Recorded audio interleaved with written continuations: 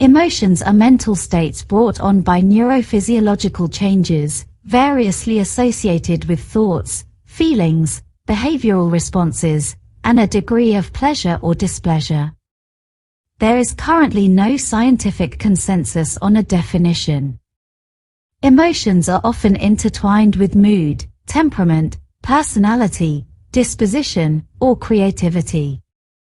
Research on emotion has increased over the past 2 decades, with many fields contributing, including psychology, medicine, history, sociology of emotions, and computer science.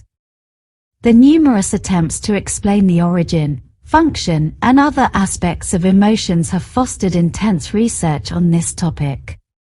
Theorizing about the evolutionary origin and possible purpose of emotion dates back to Charles Darwin.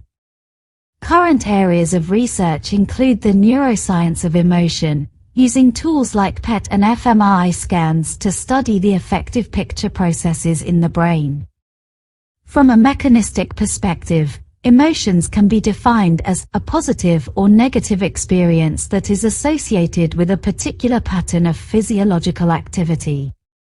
Emotions are complex, involving multiple different components, such as subjective experience, cognitive processes, expressive behavior, psychophysiological changes, and instrumental behavior. At one time, academics attempted to identify the emotion with one of the components, William James with a subjective experience, behaviorists with instrumental behavior, psychophysiologists with physiological changes, and so on. More recently, emotion is said to consist of all the components. The different components of emotion are categorized somewhat differently depending on the academic discipline. In psychology and philosophy, emotion typically includes a subjective, conscious experience characterized primarily by psychophysiological expressions, biological reactions, and mental states. A similar multi-componential description of emotion is found in sociology. For example, Peggy Thoits described emotions as involving physiological components, cultural or emotional labels, just like anger, surprise, expressive body actions, and the appraisal of situations and contexts. Cognitive processes, like reasoning and decision-making, are often regarded as separate from emotional processes, making a division between thinking and feeling. However, not all theories of emotion regard this separation as valid. Nowadays, most research into emotions in the clinical and well-being context focuses on emotion dynamics in daily life, predominantly the intensity of specific emotions, and their variability, instability, inertia, and differentiation, and whether and how emotions augment or blunt each other over time, and differences in these dynamics between people and along the lifespan. Emotional self-regulation or emotion regulation is the ability to respond to the ongoing demands of experience with the range of emotions in a manner that is socially tolerable and sufficiently flexible to permit spontaneous reactions, as well as the ability to delay spontaneous reactions as needed. It can also be defined as extrinsic and intrinsic processes responsible for monitoring, evaluating, and modifying emotional reactions. Emotional self-regulation belongs to the broader set of emotion regulation processes, which includes both the regulation of one's own feelings and the regulation of other people's feelings. Emotion regulation is a complex process that involves initiating, inhibiting, or modulating one's state or behavior in a given situation. For example, the subjective experience, that is feelings. Cognitive responses, that is thoughts. Emotion-related physiological responses, for example heart rate or hormonal activity. And emotion-related behavior, that is bodily actions or expressions.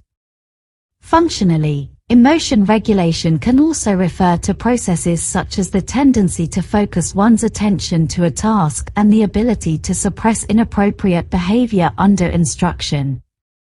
Emotion regulation is a highly significant function in human life. Every day, people are continually exposed to a wide variety of potentially arousing stimuli. Inappropriate, extreme or unchecked emotional reactions to such stimuli could impede functional fit within society. Therefore, people must engage in some form of emotion regulation almost all of the time.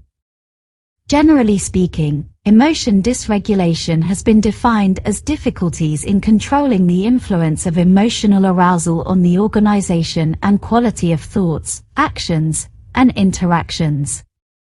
Individuals who are emotionally dysregulated exhibit patterns of responding in which there is a mismatch between their goals, responses, and/or modes of expression, and the demands of the social environment.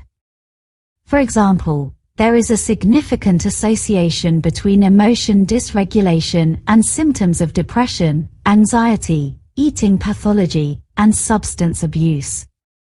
Higher levels of emotion regulation are likely to be related to both high levels of social competence and the expression of socially appropriate emotions.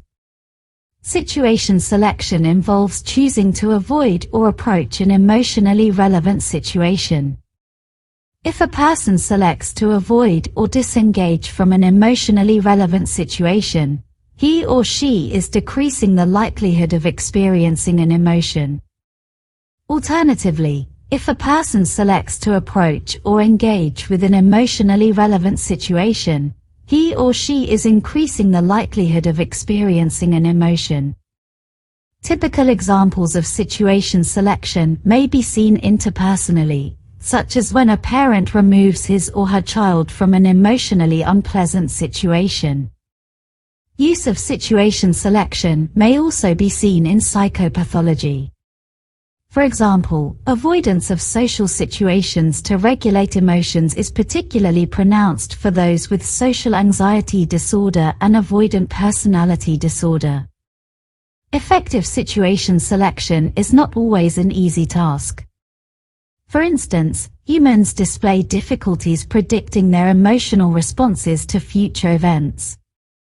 Therefore, they may have trouble making accurate and appropriate decisions about which emotionally relevant situations to approach or to avoid.